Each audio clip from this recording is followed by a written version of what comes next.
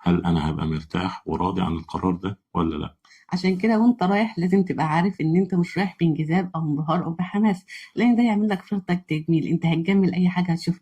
لا، انت رايح بعقلانيه بحته، انك تشوف هتاخد قرار الشخص ده هكمل مع حياتي ولا قرار تاني بمنتهى الاحترام احنا غير مناسبين لبعض.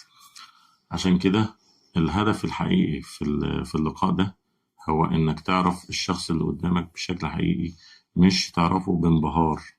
ايوه، لان الانبهار اصلا مش هيديك صوره حقيقيه عن الشريك ده. احنا اصلا مش رايحين عشان نلبس احسن حاجه عندنا، ولا رايحين عشان نبين نفسنا بالصوره المثاليه، ان رايحين نبان على الواقع. لذلك بيقول لك ان المقابله قبل الجواز ديت اهم من 1000 مكالمه. هتبين هدوء الشخص، اتزانه، رأيه الشخصي في الجواز، رؤيته في المستقبل، تعامله معاك واحترامه. ما هو الاحترام هيبان.